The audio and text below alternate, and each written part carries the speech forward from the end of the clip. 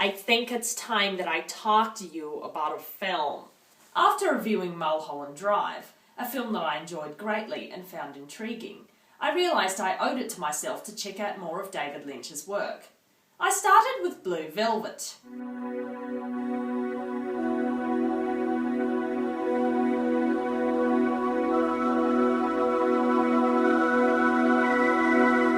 The film is a beautiful piece of neo-noir Americana, telling the tale of Jeffrey Beaumont, a young man who returns home to a small town after his father is suddenly taken ill. While there, he finds a severed ear in a field and is determined to find out what kind of criminal is responsible.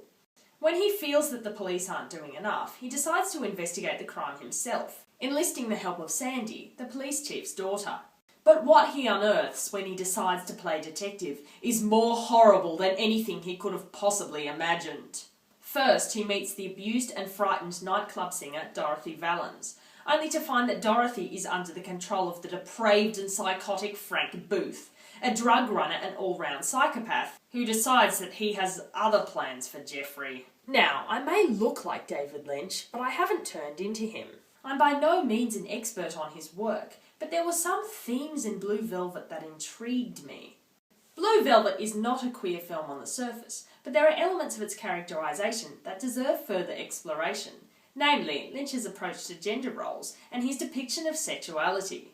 On the surface, David Lynch doesn't seem to be an outspoken feminist or to have much involvement in LGBT rights, but he does seem interested in exploring different personalities rather than shoehorning men and women into particular roles and stereotypes. Often Lynch will showcase a stereotype in order to play with it or to subvert it.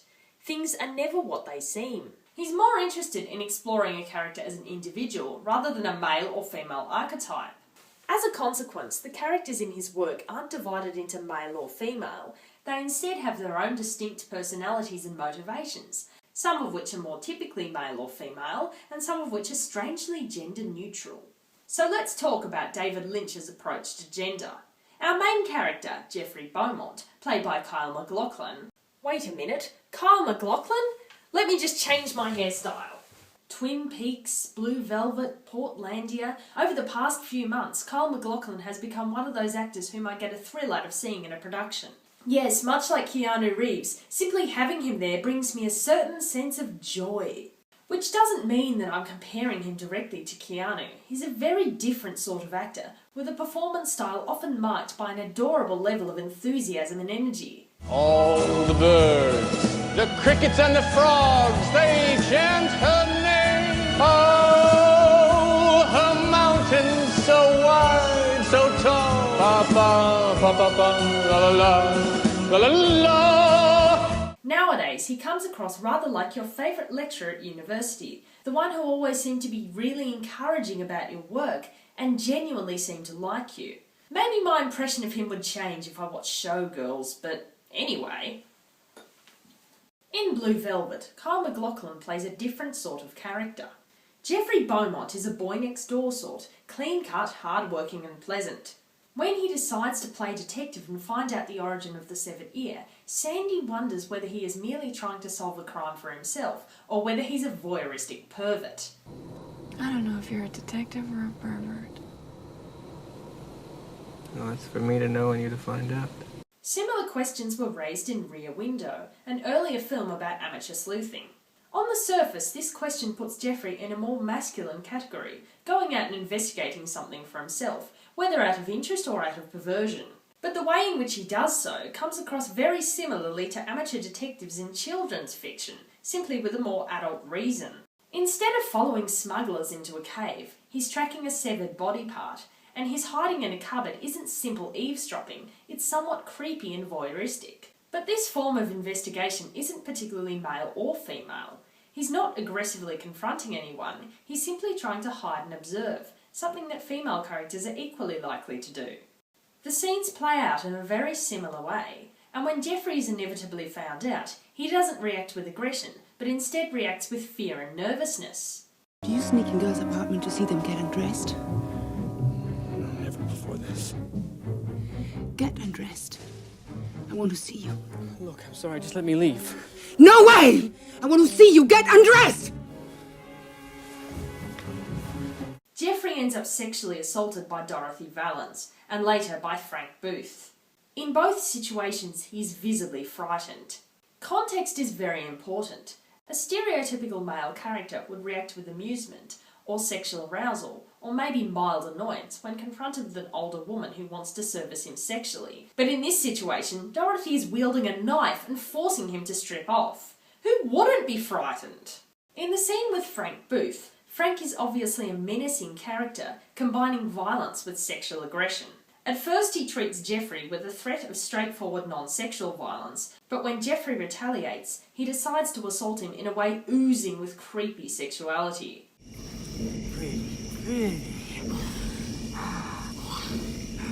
Frank! Frank, leave him alone! Frank! Frank! The threat of sexual violence towards female characters, particularly in crime, is all too common. It would have been far more typical to have Frank anger Jeffrey by assaulting or threatening his girlfriend Sandy, but she never has any cause or reason to encounter Frank Booth, and so remains unmolested by him. Granted, Jeffrey's attack on Frank is in defence of Dorothy, who he can't stand to see exploited, but the viewer does not expect Frank to react to the attack by sexually assaulting Jeffrey instead. It is often said that homophobic men are frightened of the idea that men will treat them the way they themselves treat women, and Frank Booth is the most extreme realisation of that fear. Frank Booth objectifies Jeffrey, making it clear that he sees him solely as a means for his sexual gratification. See? That bit? I can make him do anything I please. His references to Jeffrey dehumanise him, referring to parts of his body, and even describing him as a fuck. One well-dressed fucking man knows where your fucking cute little butt's hiding, huh? Stupid fuck. Who is this fuck? There's also a strong possibility that Jeffrey was raped by Frank, and apparently in the original script he was. I don't want to talk about it. But everything is okay now. I just don't want to talk about it. His reluctance to discuss his assault could be a general fear, or it could be the deep and pervasive shame that is unfortunately very commonly felt by male victims of sexual assault. It's rare to have a male character in that position. Jeffrey doesn't have a lot of macho aggressiveness or bravado as a character, which arguably makes him more realistic. His emotions are entirely appropriate to the situations in which he finds himself, and it doesn't make a difference whether his aggressor is male or female. Indeed, the gender of Jeffrey almost doesn't make a difference to how the scenes play out.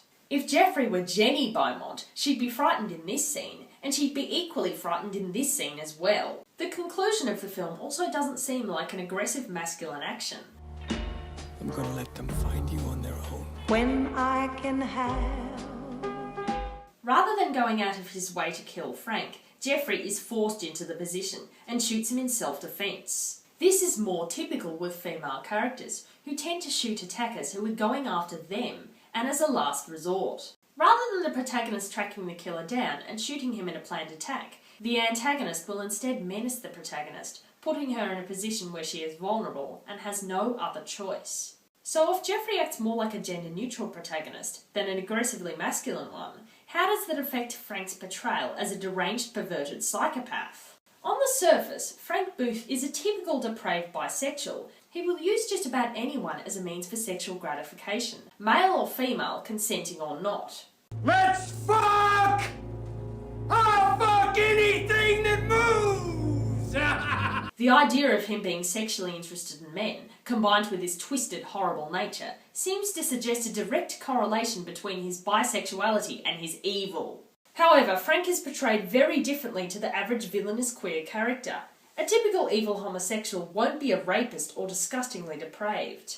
He'll be independently evil and shown as gay, often having a sexual interest in the protagonist. Typically, this isn't a particularly threatening sexual interest, but the mere fact that he's homosexual and sexually interested in the protagonist is villainous enough. Yes, his homosexuality or bisexuality is in itself disgusting and unwholesome, because no right-thinking man could ever be sexually interested in another man. Instead of merely being evil, he's sick and depraved.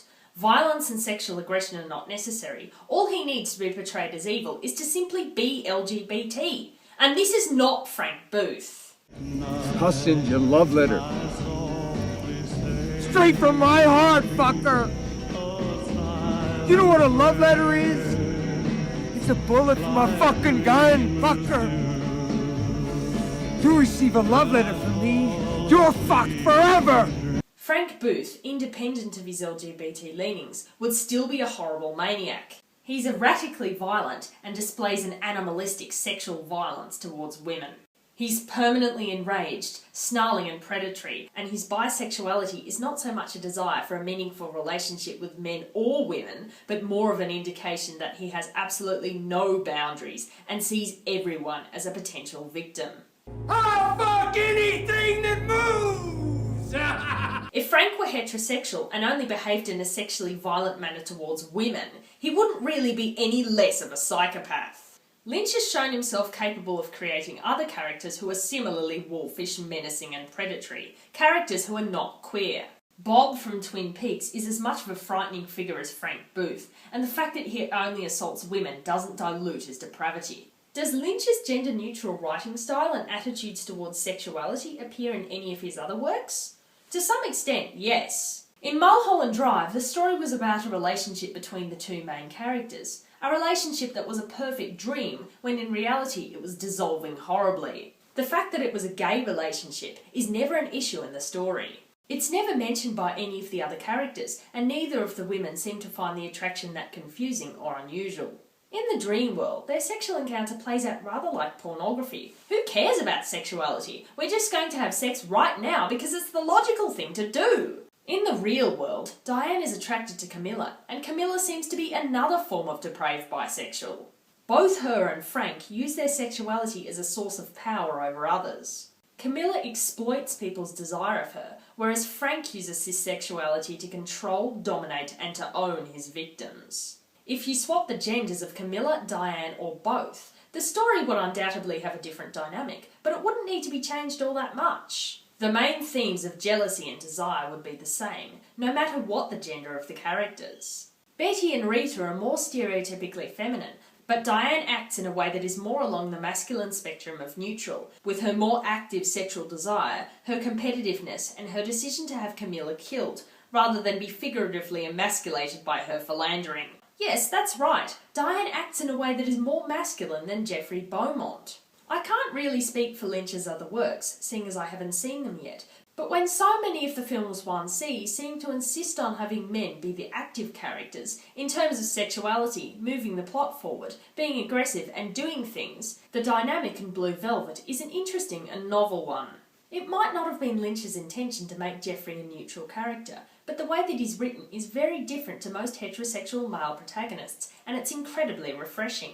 Interestingly enough, Roger Ebert accused Blue Velvet of being misogynistic, owing to the fact that Dorothy spends much of the film partially nude, performing sex acts, and being on the receiving end of violence. But he asked Isabella Rossellini in this movie to be undressed and humiliated on the screen, as few actresses ever have been, certainly in non-porno roles.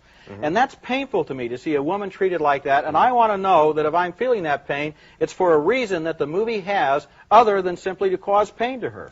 She doesn't fare well as a character, but in my mind, the way she's treated is more of a comment on misogyny and the depravity of Frank Booth, rather than condoning the use of violence against women. There's no way that you could view her treatment in the film and the way that she's treated by Frank and think that this is an example to be followed. It's not treated with humour or brushed aside. It's sick and disgusting, and when Jeffrey accidentally strikes Dorothy, he is filled with fear that this is something that is in him, and he might be more like Frank than he realises. You're like me. Deep down, everyone has the power to be brutal, but most of us know that it would be morally reprehensible to do so. So that's my take on the themes of gender and sexuality in Blue Velvet, one of David Lynch's more straightforward works, and well worth seeing. And now, if you'll excuse me, I think I've earned a drink.